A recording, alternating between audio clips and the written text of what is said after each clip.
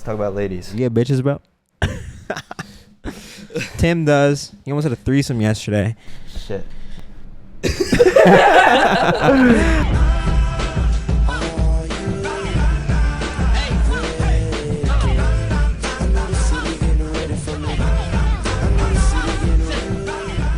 What is going on, everybody? Welcome back to Real Talk with Tim Hofacker. And today we're gonna do a quick intro with you boys. I'll take care of Moses first. Moses, he is born and raised from Chicago. He moved down here from Orlando a month ago. Just met him a couple weeks ago for the other man sitting on the other side of this couch, Quail and everything on YouTube. I've met this guy when you had 234 subscribers. I don't know. And he's also a host of his own podcast called The Embarrassing Podcast. I was in the car when he was trying to figure out ideas for what to name the podcast. And you're like, I want to do this. And now he's got 30K on Instagram for The Embarrassing Podcast. He's got 1.65K on YouTube. Is this your first time ever being a guest? Yeah, my first time ever being a guest anywhere. Really? Anywhere. Damn, that's special. Take care of Quail later. So let's go into Moses. He's done photography for a lot of concerts in Chicago. He's met some pretty big names. Names of Cole Bennet, same as up to Loteca. Talk about the whole experience of being a concert photographer, the scene in Chicago, the music scene in Chicago, and how you're sitting on this couch today. It all kind of started off back in like 2019 when I was just like, let me just see. I'm like, what's the word with What was your first camera? T3i. Okay. Snuck into a festival named Lollapalooza, if you guys don't know. Lollapalooza was cool. I actually wanted to sneak in Saturday, but the event's a 4-day long event, and I had a party to go to on Thursday. And I was like, well, it's already in downtown. I'm like, let me just pull up and just see if it's possible to do it. And Thursday I went, and I was like, let me just see if it's possible. And when I went, I spoke to a few people, just going there, just looking like you play the part. It goes a long way. You talk to people, you're a little assertive, and all the doors opened up. And it was funny because I spoke to one lady for 5 minutes, and she was like, yeah, come on through. And I was like, all right, cool. And I was like, all right, well, I'm in. Next day, it was even funnier because when I went back the very next day, she was at the same post, and she remembered me from the day before. And she's like, oh, I remember you. Come on in. So, hold on. Let me. Yeah. What is the art of sneaking in? So, yeah. So let's say I'm built like a security guard. Like, what's your approach going? Because do you have the credentials or something? No, you're just going bare with your camera. Actually, I really didn't have anything. So how do you pull it off? Talking to people, make it look like you know what you're talking about. Although in the back of your mind, they don't know that you don't know anything. But in the back of your mind, you know that like, holy crap, like I'm about either on the chance of making it through or getting caught. But they think that you're actually there. They see you with the setup. Like you pull up with the camera, you pull up. Number one, a lot of people that try to sneak in go in there like dressed up as ravers. They'll try to go in there just looking like they just want to get in and then just hit the crowd and then they're in trashy clothes. I pulled up with like dress pants, a black t-shirt, gold chains, a side bag, my camera. So like I fit the part. And when they saw it, they were like, all right, it's like he looks credible.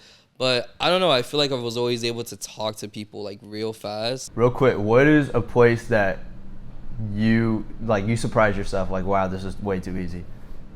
Like, did you sneak into when J. Cole was at Rolling Loud in New York? Yeah. That one was funny. For Rolling Loud in New York, I only saw J. Cole for like a quick second. He was walking by because, of course, there's always a ton of people backstage. But I was just backstage. I was doing my thing, but that didn't last too long. I mean, I wanted to go backstage, but I had already also bought tickets just in case because I'm like, I'm not about to go down to New York for no reason and then just like not make it in. So I'd also still bought tickets. I was back there for a little bit, and then they had it locked down pretty tight, but they ended up kicking me out. But I think one that like surprised me the most was when oh man, I don't know if I should even be saying this because they're gonna see it, but it's real talk. Everything you can't sugarcoat anything on this one. We all got Lyrical Lemonade and Summer Smash.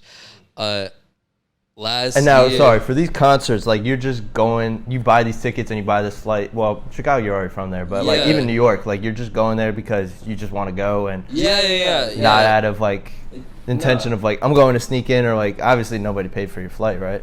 I kind of like to take things as it kind of comes, to be honest. I ended up making my way on stage and being on stage with Lil Durk as a surprise guest. That was probably one of the peak moments, I'd say, of me sneaking in because, like, well, number one, back home in Chicago, like Lil Durk is the hometown hero. Like, I'll forever call him that. But it was even sweeter to know that like I was on stage with him and just kind of looking over the whole crowd and seeing everybody. Like, it was super surreal. Like, to kind of just see like someone just live up that many people at once, that was a pretty cool experience. And to see it like in Dirk's lens. To see it from his POV too, like for him, like for me to be able to see the crowd as well as how he's singing them, it was probably one of the craziest experiences. That one was cool. I think the craziest one has been Kanye West. Where was that? Meeting Kanye West was cool. That was back in 2019 when he had his Jesus is King? Yeah. So when he was running Sunday service, I ended up catching tickets for free. He was doing a free show in downtown Chicago, and I stumbled upon the tickets. Surprisingly, got them, and I had 2 tickets. Asked my brothers, they didn't want to come. They all had work, and I was like, all right, whatever. I'm like, Kanye West, you would. They gonna miss their chance on Kanye, but I was like, whatever. I had free tickets. It's cool. And I hit up my best friend. He was like, yeah, let's go. We went down to the concert, went down to the event. That was cool. And while we were there at the concert, some girl in the crowd was mentioning on how Kanye West was going to be at her church after the concert. And I told her, I'm like, send me the info of the church. And she sent it over to me.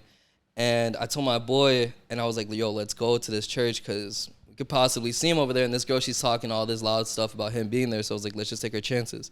Took our chances, went down to the church, and he had a whole service at this one church. It was a pretty famous church in Chicago. It's called Fellowship Church. It's on the south side of Chicago. I think it's not too far from the Chicago White Sox Stadium. Me and my homie, we went there on the limb, just kind of basing it all off of like word to mouth from someone that we didn't have no idea about. Were there other people from that concert that night that was also, like, or was it a very tight-knit, just like Kanye and his peeps? The free tickets I got was at 10 o'clock. That was a weird concert because that was a concert at 10 p.m. No, sorry, 10 a.m. That was a 10 a.m. concert. Oh. Yeah, which was weird. It was from 10 a.m. He got there at 11. He did it for an hour until 12. And then the second thing I went to was at the church. That was I think at 1. That was at 1 o'clock. That was an hour after he got done doing at the one in Chicago. Yeah, so that was 1 p.m. mass on a Sunday. That was cool. After the mass, me and my homie, we were like, let's just look around the church. And as we're looking around the church, we were just going on this one little small path. And while we were going on the small path, you started seeing Kanye West coming down from a side staircase. And the path was so narrow that like you couldn't walk side by side. It was like one person behind another. You were going to walk through him. Yeah, so Kanye West was coming in our way and we were heading towards him. And I was like, nah. I'm like, we're about to like cross paths with him. I look back at my homie. I'm like, dude, pull out your cameras right now because right now is the like. Out of all these people that you met, have you gone to like outside of like surface level conversation? Have you like gotten the chance to like grow like a relationship or like a friendship with any of these people? I got Snot's number on my phone. Snot? Yeah. He was cool people. He was real cool to talk to. How'd you get his phone number? That one was cool. I ended up getting artist passes at this last year's Summer Smash, and I was back there with my best friend, and we both had artist passes. We saw Snot, and my homie's like, "Let's go talk to him." I was like, "All right, cool." I'm like, "Let's go give it a shot." And this is what year is this? Like this past summer actually. Yeah, this is very recent. Yeah, so. You spoke to Snot. I was like, hey man, I've taken pictures for you before. I know you're gonna have your set right now. I'm gonna go down to your set. I'm gonna take some shots for you and I'll show you after. I'll like let you know how it goes. He's like, all right, bet. He's like, see me after the set and we'll chop it up again. He did his set. He did good. Took some pictures. I saw him after at his booth and he looked at the pictures like, oh, I like these. He's like, yo, take down my number. I was like, okay, bet. And then that was cool. That's why I got that number. He was just a very like regular guy. Like that one wasn't even like talking to someone famous. That was just like a bro. That was literally like just chilling with the homies. Yeah, he was real cool. He like told us funny stories though. Like he was telling us stories about like him back at home and just like him just him and shorties. Like it was funny. He was just talking about, like he was talking to us about like some girl stuff, and it was cool. It was funny. It was a funny time. And even so, seeing like these people from afar, like you ever just like get humbled? You're like, these are just people. They got feelings at the end of the day. And after a whole day of like me being at a festival or at a concert and me being like super close to the person, like within arm's reach, I kind of look at them at the end of the day. I'm like, okay, like this is a regular person. Like, yes, they made an impact on people, but at the end of the day, like they have the same 24 hours as us every single day. And it's just like they just so happen to do something crazy with their 24 hours. But it's cool to see. It's cool to see like the level that they bring, like the level of like of how famous they are, just like of like how famous they are and how they bring that to the table and how people kind of react to them. It's cool to see. But for me, when I see someone now, it's just very calm and relaxed because I've already been through so many people. You've had so many highs of. Yeah, but it's not even that, but it's just humbling. Like I've seen so many people where it's just like, it's fine. I can see them now, and I don't think anything of it, or I'm not about to go crazy and just run up all over the guy. Yeah, I think I've met everyone I wanted to meet now, where if I meet someone else, it's just cool. We were talking last night about Juice WRLD. That one's crazy. Yeah, so Juice WRLD, that one was a cool experience. I was getting in close quarters with him. His homies is who I met first, and his guys were the guys who lived with him in Bel Air. We had his house in Bel Air. His homies, I met him first at one of his concerts, and the guy walked past by me, and he's like, yo, I like your fit. I had like a full-on off-white fit, off-white t-shirt, jeans, side bag, shoes, and guys like, yo, I mess with the fit. And I saw him again sometime around during the set, and I was like, oh, let me get your information. And while we were exchanging Instagrams, we ended up just having like mutual friends, and we were like, oh shit, like that's cool. And he's like, you know what, he's like, let me get your number. I was like, all right, cool. Got his number, we exchanged numbers, and we would kind of message each other like every like now and then. I'd send him the pictures, he'd like it, and we would message each other from here and there. And one time he had messaged me. He texted me on a Friday, and he's like, hey, me and Juice, we're gonna fly back to Chicago with the whole crew on Sunday. Monday, keep your schedule cleared because Monday we're gonna send you a location.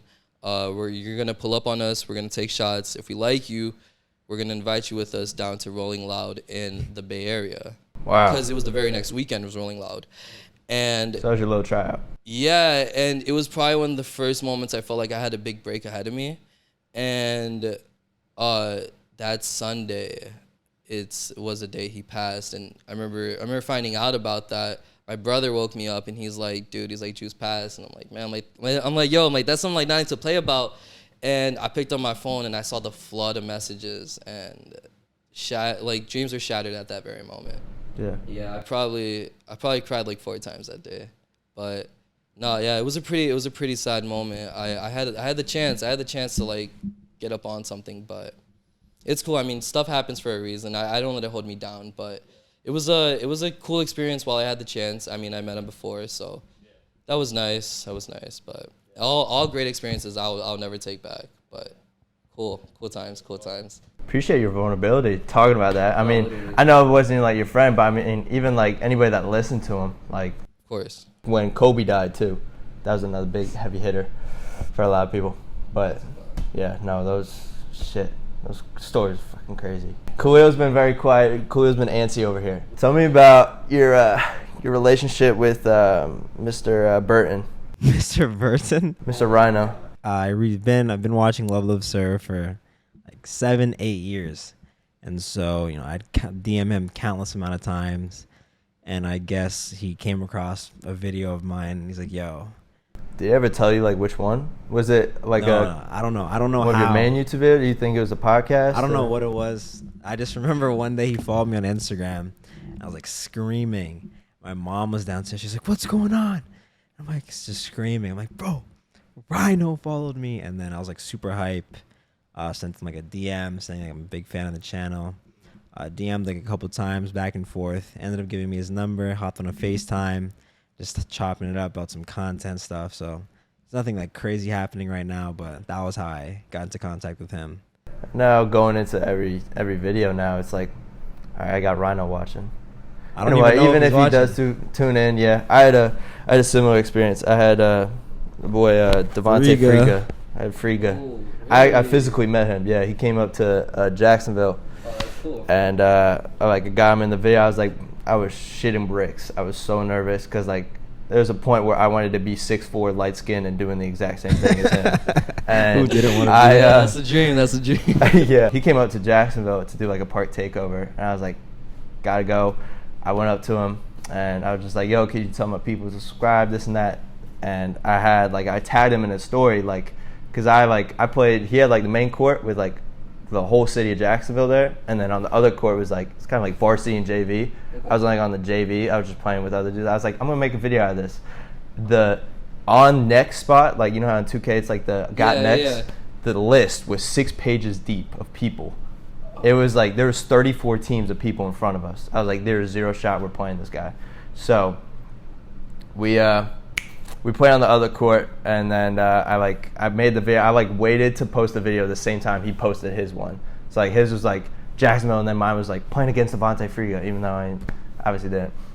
And he like reposted it, and then 5 seconds later he followed me, and then I sent him a DM. I was like, yo. I was like, you know, it was a pleasure meeting you. I was the skinny white boy from in the video. I was like, if you don't mind watching the video. And then he was like, yeah, sure. He reposted everything. I don't care if he watched. But weirdly, like 4 or 5 weeks later, or not 4, like 4 or 5 months later, I just post like a random golfing video, like my first time golfing.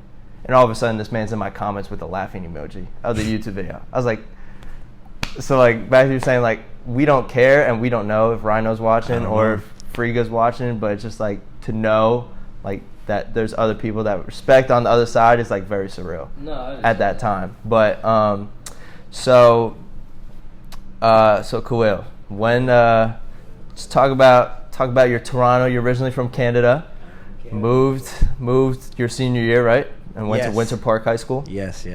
Talk about what's life like in Canada. I did not do much in Canada.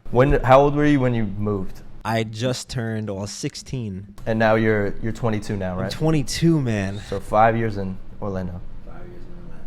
Okay. So talk about life, like the difference between Orlando and Toronto. Like, dude, it's North America, bro. It's all the same to me. Played video games and played basketball. That's all I did with my time. Wasn't invited to parties.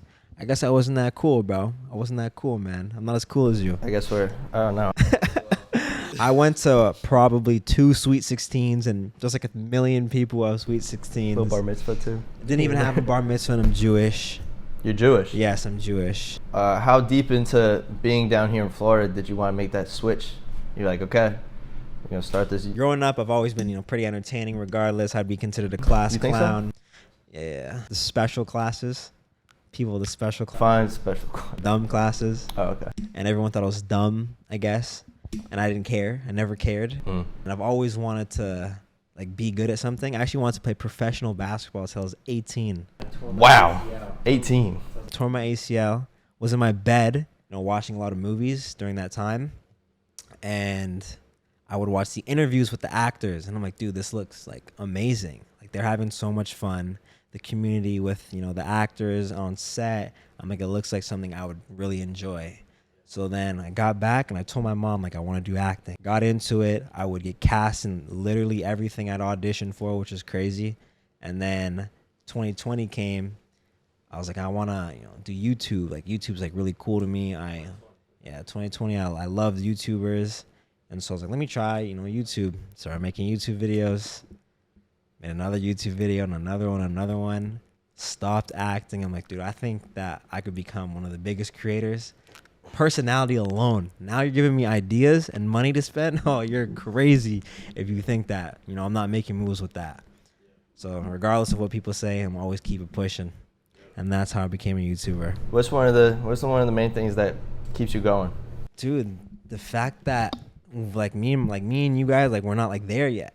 there's this like generation right now where everyone's copying each other, and within like the group that we have, no one's really copying, Mr. Beast or all these people. Like, we're ourselves. Like, and I was telling Amani, I was like, dude, if we really wanted to, we could be like a beta squad if we wanted to, because there's no one like us. There's not, like, you go out, we go to the parties, they're partying. We're okay, what can we film? That's our only mindset. Yeah. YouTube's kind of lacking in that department right now. I think they need the next generation of creators, and I think that's us. I'm telling you right now, I think that's us.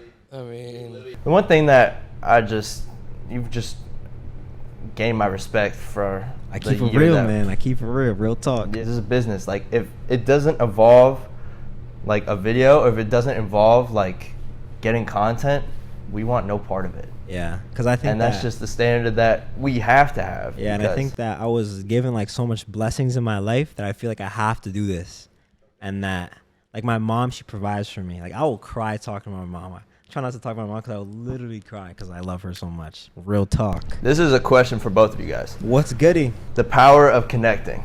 Both of you guys, obviously, you were talking about sneaking in, just sparking up conversation, chopping it up with snot, and et cetera, et cetera. But for you, what's good? That is one of your stronger attributes. What are some things that, what are some tips for people that, you need to spread on to? You have to step out of your comfort zone is the first thing. Like, it's hard. Like, when I'm filming a video, I get a little anxious. Or if I go to, actually, no, when we went to see Anna Banana, I was like, nah, you got to talk to her, bro. Because she'll probably fuck with you. I think that, again, people are humans. If you know about like anything about like psychology, if you remember someone's name, they'll like you 3 times more. If you have a nice smile, bro. I don't know, like some people don't have nice smiles. So again, connecting is a thing of kind of stepping out there and saying, hey, this is who I am. This is what I do. But also, I'm a cool person on top of that. So, I like anime. So other people like anime. You make YouTube videos and you watch anime. You're a cool guy. Yeah, I think it's being well-rounded, yeah. Right? So if you are kind of diverse and other things that other people like, and this goes with making videos too, if you can, what do people like? Make something people like. So if, someone likes bananas, I love bananas, you're going to connect with them.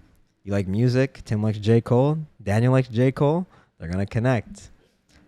So it's a lot of relatability too. And I think with YouTube, it's so cool. It's like we can do that, and, the only bad side is like, it's like we can't tell people to subscribe, like, but if they really fuck with us, then subscribe. We put all the effort of like doing the connecting, and then like I know like for our each respectable channels, like the people are out there. They just have to find us. Yeah, bro. The people are there. We can't see yet, and they haven't seen us yet. So in due time, we're gonna keep doing us. And then your fans are there. They just haven't seen you yet. What about for you? For the power of connecting and making people remember you. I remember that guy. I remember throughout my whole conversation with him, he had great eye contact and he remembered my name. Literally, I think that kind of goes that goes a really like long way. I think that's like the cheat code. Sometimes I hate when people like, obviously being self-centered is one thing, but like they always like drag the conversation like back to them. Yeah. Very draining. People like talking about themselves. Yeah. I did realize that you ask people questions about them, they'll love you because like they literally do want to talk about. They like to, yeah, they do. Usually when you go to talk to somebody, like you have a goal. It's like whatever the goal is. So like if you're trying to get an answer out of a person, usually it takes about 7. My dad has this thing. It's like usually takes you 7 questions to get your answer. So you ask this and you're like, okay, well, why is that? Or like, who do you know? And so like you have to like repeatedly kind of ask the same question but in different ways, and then they finally cough it up. Yeah. Oh yeah, and you're like, boom, got him. And you're like, okay, let me get your content. And simple. Like it's just meeting new people and like meeting their friends, meeting you. That's why I met Tim. Exactly. Like if it wasn't for that, then the connection wouldn't be here and we wouldn't all be here.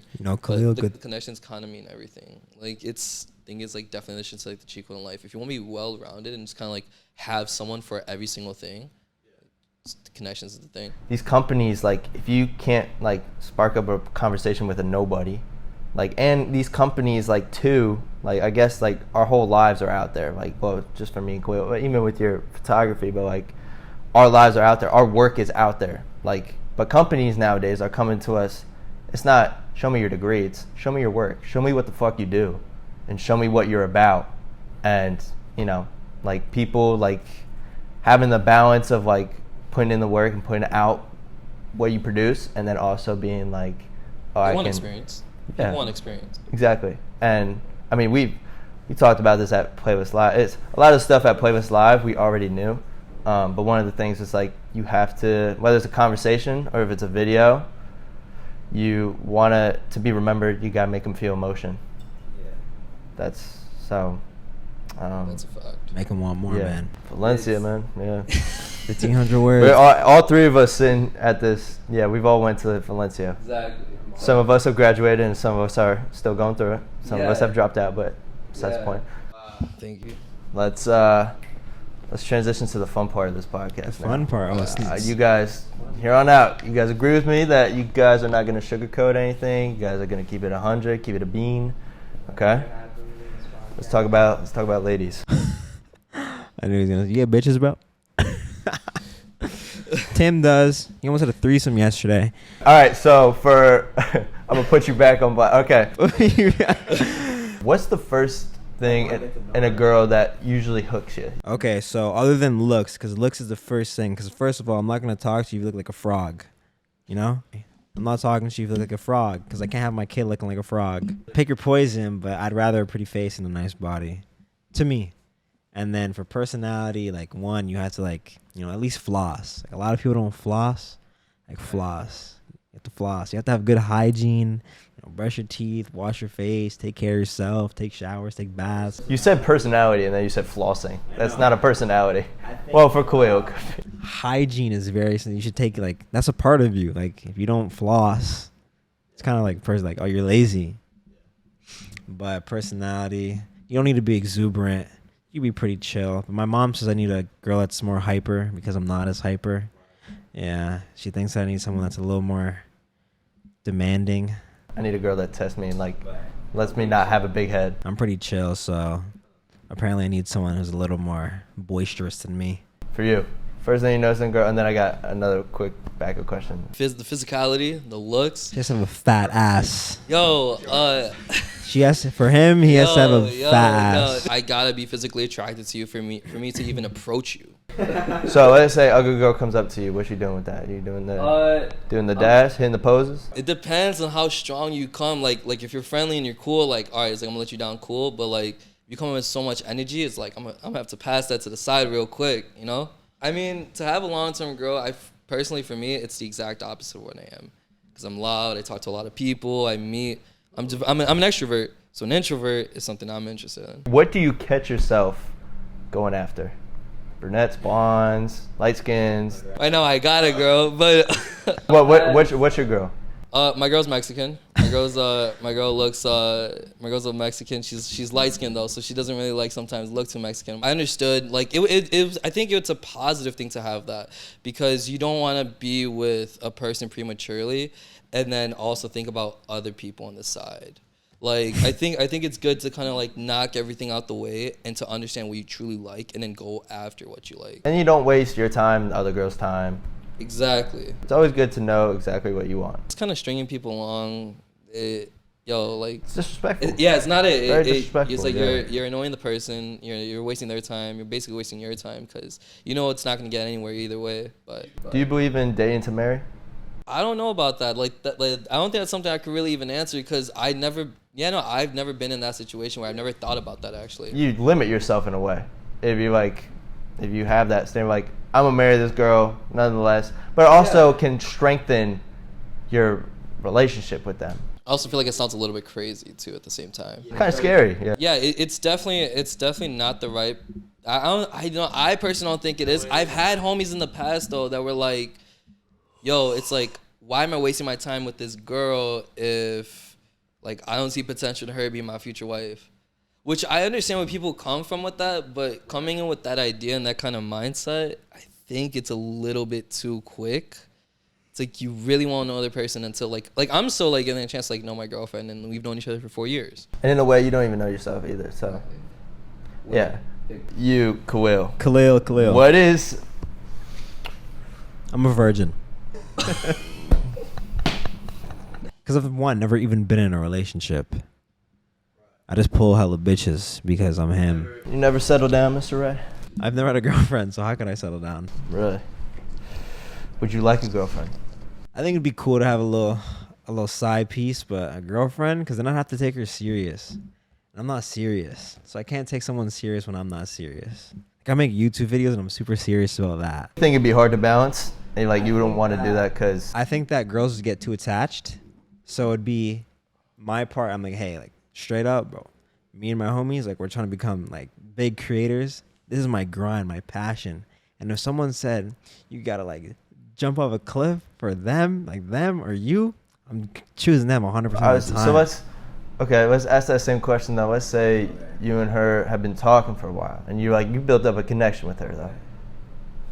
You know, deeper than. I can always find another girl, bro. It's kind of sad to say. You can. It's harder to build a business than it is to find a girl. All I gotta say is city boys up. City boys up. City boys up. Not even with girls. Like it's just like with friends. Like you outgrow people, and like you don't settle. Like if you know what you want, like you're not gonna settle. Even if it's your own family, if it's your own like. Hey, I know what I want. Like I'm not like even that's why I respect the move of you getting out of your hometown. Yeah. And, like you coming out and coming to do something like this. Real like talk. if it's something deep down you always want to do, like I want to test myself. I just wanted to give it a shot. I'm in my 20s. Like obviously your friends are like, nah, stay. Like, but you're growing. I bet you're growing so much from this experience. Yeah, it's definitely a growing experience. Every girl they talk to, every life experience, you're just adding more tools to your bag. You don't talk to me anymore. You don't do this. You don't do that. It's because I'm very focused on what I want. When you know what you want, you're gonna achieve what you want. And everything else outside of those lines. And so it kind of sucks because these people. Oh, I can't believe you remember me. Like I'm some kind of hotshot. I'm the same guy from your dance class who just loves making videos. Yeah. And like that's something I don't like with people. Like kind of treating me like that. I don't know if you ever noticed that before though. It's hard, but you can't please everybody. I've seen that. Can't please everybody. Let me ask this: the girls in your well, I don't know. So do I get hoes? Where's your conversion rate? The girls that are in my videos, girls in your life period. Most of the girls I put are just for business purposes, and they're cool people. Do you believe in right person, wrong time? Not even just with girls, but just with people. Like it's the right person, but like where you're at in life, it's the wrong timing. Yeah, I believe in it. I don't know. I've never experienced it. I have a lot of acquaintances. We have a lot of people that know us or know of us. Like sometimes I have like deep connections with people, and then like people I'm not really as close with, they'll come to me like, bro, I think we have a deep bond, this and that. I'm like, yeah. I've never heard that. Yeah, me too. I've been through something like that. And I just I pray that they find like something like a level I'm on with another person. Never heard another one of my boys. I'm like, if this is your best, and I'm not really putting full effort into it, or I don't think like I'm as deep with you. You end up feeling bad. Exactly. You end up feeling bad. Yeah, and you just So I mean, there's just people and like. Yeah, because you don't want to give the person like false hope. Exactly, because like he's out here thinking he's your best. It's like you guys are buddies, but you're on your end. You're like. Little do you know, like you have no idea like the type of loyalty I've experienced with, or like the type of. Exactly. Yeah, so like brotherhood that I've had with other people. Shake the hand and be like, I wish you could find somebody, but goes into like the type of person you are, and like you're willing to work for, and like both parties, just people in your lives. Guys and girls, what are some qualities that, because I'll answer this so you guys get like the feel. Number one is loyalty, honesty, and communication. So like what are some values and morals that you like to surround yourself, like people? So I would say being comfortable being yourself. You gotta be loyal to your gang, never switch up, you feel me? On phone, no. Be kind, man. Be positive. I think that's why people like me. I'm very positive. Those are just some qualities right there. Boom. I'm tossing you the lob. You gotta have someone you can click with on a personal level. It's because like with those friends, it's like it's more than just friends. Like that shit's deep. So it's like you gotta have someone who can like open up to you. Someone that also has like some type of vulnerability. Yeah. Without that, it's like how can you even like talk to the person, or how can you even like bring up stuff about like your own self to make the bond even stronger. And that plays off of what you were saying, just like being comfortable. Because if they don't know who they are, they can't be vulnerable. Most people are insecure. They'll sometimes feel like either like outdone by someone else that's in the room. I've seen that a lot actually. And I could be I'm quiet with certain people. Like I don't give like a lot of people my energy. If I know it's not gonna, like, by me talking to you, it's not really gonna help me out, help both of us out, I won't say anything. Art of Seduction, and it talks about different ways to seduce people in social settings. It's pretty actually, it's kind of fucked. Basically manipulation tactics. And so they talk about how, let's say Tim's like a charismatic, whatever. It's like an archetype. You're not going to waste your energy. So there's different ways you can, get people to do certain things for you, whatever. And it talks about how you don't want to waste time on people as much as you want to persuade them to do something. You're not the right type for them. So on to the next kind of thing. Kind of not wasting your time on someone you could get more value out of, Moses than Tim kind of thing. Okay. Because Tim might not be about it at all, but you really want Tim, but it's better off just going this route. Shoot. I'm going for an hour. Yeah, no, I think I'm going to give you guys, I usually give space. You guys are the hosts. Is there anything that you guys want to talk about for the more, or if there's any questions that you guys have for me? You guys both have those microphones. If not, then I'll wrap it up. You get bitches. If you walked up to 10 girls, out of all those 10 girls off cold approach, how many numbers you think you'd get? 7 out of 10. That's exactly what I was thinking. That's crazy, dude. I think I get 4. Because cold approach doesn't work for me. I mean, it's just like sales. It's just like you're selling stuff. Like, there's like, you're just telling them, like, why come on my side. You got to be good at it. It's definitely a work of art. Let's take out of the fact of, like, attributes. Like, I'm tall. Your looks carry you? No, they don't carry me. No. I guess I'll miss 2 free throws. I guess I'll go 5 out of 10 if I wasn't tall. If I was, yeah. I was Khalil's height. And you're mine too. Also there's an art of, like, how, like, with girls they're like, oh, I'm from Miami. Oh yeah, me too. Just agreeing with them just so you can get some. They fold for stuff like that. That only works so far, and they'd be like, "Oh, why'd you lie to me?" Like, well, I was just trying to, The way to get girls. CLIT. Perfect acronym, right? C. You care. You care for her, and you kind of show her that you're there for her. These are your Canada boys telling this? Huh? No.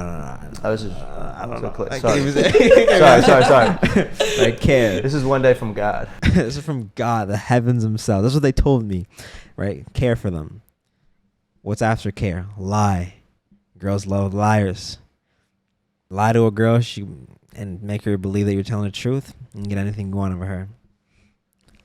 Intentions. Set your intentions right away. Do you want to smash? Do you want to cuff? Or do you want to just be friends? And then T, trust. If you make a girl trust you, you can get anything you want. Is that how you spell it? That's scary. Yeah. That's scary. Caring, lie, intentions, trust. You tied back with trust? Dude, that's wild. Listen, I don't do this. At your own risk. Own risk. Yo, that's wild. It's dangerous. Talk about any questions for me? Or any questions between you guys? If not, then I appreciate you guys taking the time and everything. But real question. What made you want to put me on this podcast? Because you're a cool guy. No, I'm not even trying to butter myself up, but I'm so for real. It's it's some form of respect, and just from I think you have great insight, great stories, and I think that you're well spoken. So I mean, what you provided today was. Look at you killed it. You killed it. No, I was just wondering. You guys both killed it. For how nervous you was before. You guys killed it. Boys, thank you for making the drive again. Of course, you as well. Thank you for the equipment and everything. Thank you guys for the time. Good time. Had a fun time. This is the Real Talk Podcast with Tim Hofagger. If you guys are watching to this point, if you guys know Quail, if you guys know Moses, be sure to subscribe. All their stuff is going to be down below, so if you guys want to check them out or connect with them, go ahead and hit the follow button down there for you. We're done. We'll see you in the next one. Appreciate you guys.